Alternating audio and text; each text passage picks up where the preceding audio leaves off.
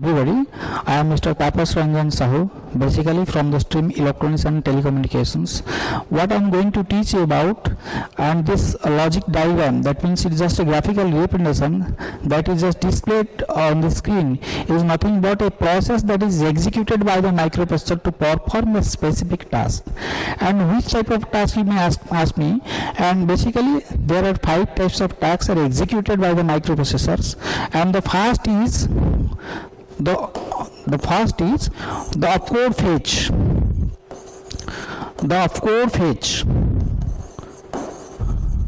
And the next, that is memory read, and the next, that is memory write, at the fourth, that is IO read, and at the fifth, that is IO write. That means basic 5 operations can be performed by Intel 805 microprocessor, where this one is nothing but the opcode phase. The first one I have told you.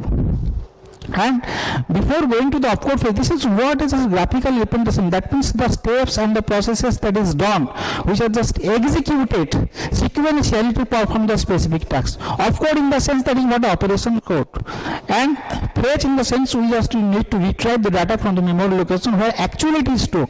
That means when we are just going to perform a specific task by writing a program and to execute it by the Intel 805 microprocessor, no, we need to write some data, some instructions. That instruction includes both the parts. That is, one is opcode, another is the operand. Operand in the sense data. That means both are just maintained in instructions, and one by one instructions will just give sequential to the input device. All are stored in the memory devices, and again the microprocessor just fetches one by one instructions from the memory, and then it is trying to execute one by one. After completion of the execution of all instructions, the specific operation is performed. And so opcode phase is nothing but it is one part of the instruction that is always stored in the memory. And to fetch that opcode, that means when I am going to execute one instruction, in the sense we need to fetch both. That means we need to fetch the opcode, and also we need to get the data where it is stored also in the memory. So an instruction is consisting of both the parts.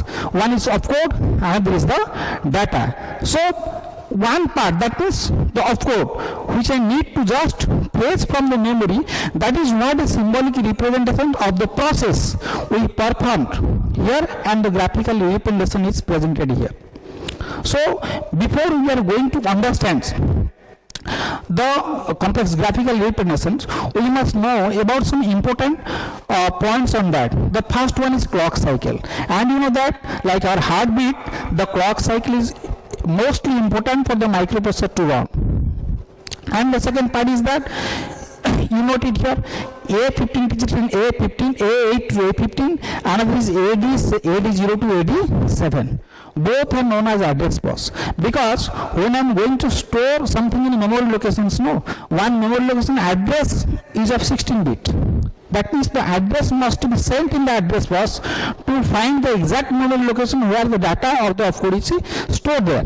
So for that reason, a address bus is always necessary to get the exact location where it is stored. That means it may be stored either in the memory location where the location address is 16-bit, or it may have stored somewhere in any other input or output devices where the address of that input or output device is of 8-bit. So now the part is that only to send the addresses on the address bus to 16-bit lines, or that means we are nothing but a 16-bit parallel lines, where each lines contains only 1 bit of data that either may be 0 or maybe 1. So however, leaving the part of the addresses, also I am telling you that so my data is also stored in memory locations or in some input devices where to get the data.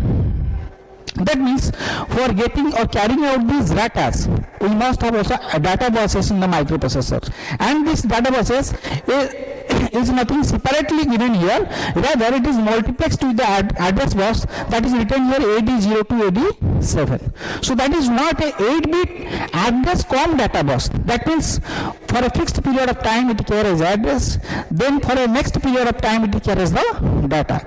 So that means it is just multiplexed in nature. That means the 16-bit address bus carries 16-bit of addresses whenever required, and also can carry the data using this AD0 to AD7 bus when there is a requirement by the microprocessor.